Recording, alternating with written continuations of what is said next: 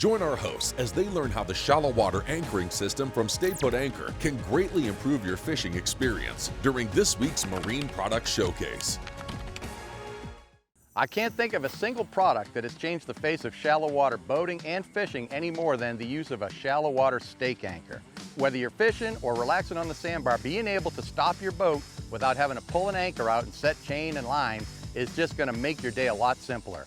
Today we're going to join Matt from Stayput Anchors and have a look at his affordable and simple solution to this problem.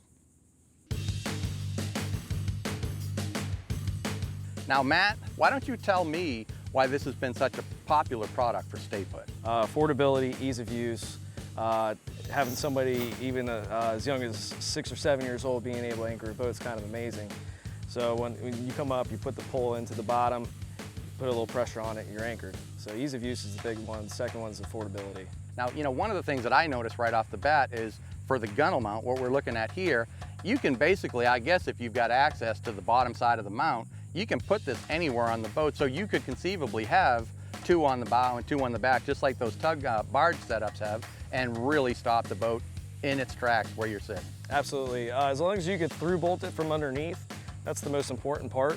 Okay, now I've also noticed your product on boats that have a motorized stake anchor too, where they've got one in the back, but they also add one in the front. Why would you do that? So that way you could actually have really tight boat control. You could pivot however you want, set the boat however you want.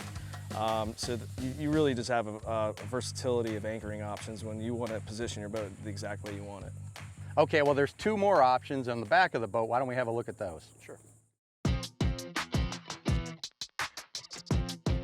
All right, Matt, we've established that the deck mount on the front allows you to mount these anywhere on the gunnel where you've got access to the bottom of it to put your bolts on and backing stuff if you need it. Tell me a little bit about why we need a couple of them on the transom. So lock the back of the boat in place. When you're pivoting on the front, this is going to lock the back of the boat into that perfect position that you want. So we have a couple different options here for the back.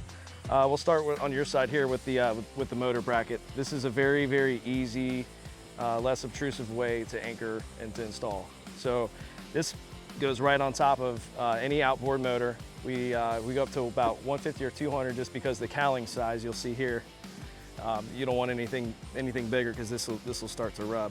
This will take about 10 minutes to install. You just take the nuts and the washers off, put it right back over, crank it back down. I see that. Okay, so no holes need to be drilled. I mean, you're using the existing pattern right there, so that's pretty simple. It doesn't get any easier than that. Exactly. All right, now on the other side, we're mounted to the actual transom. Yeah, so this is our classic stern mount. So this gives you a little bit more versatility if you have a polling platform in the way or just something that's just not gonna work for you. This one, you got a little bit more room to play with. Yes, you do have to mount it directly to the boat. This is more of a permanent mounting solution. Well, Matt, it's a nice day and we've got a couple fishing rods here. What do you say we hit this flat and maybe try and catch a fish, and you can show me what these poles are all about on the flat? I like the way you think. All right, man.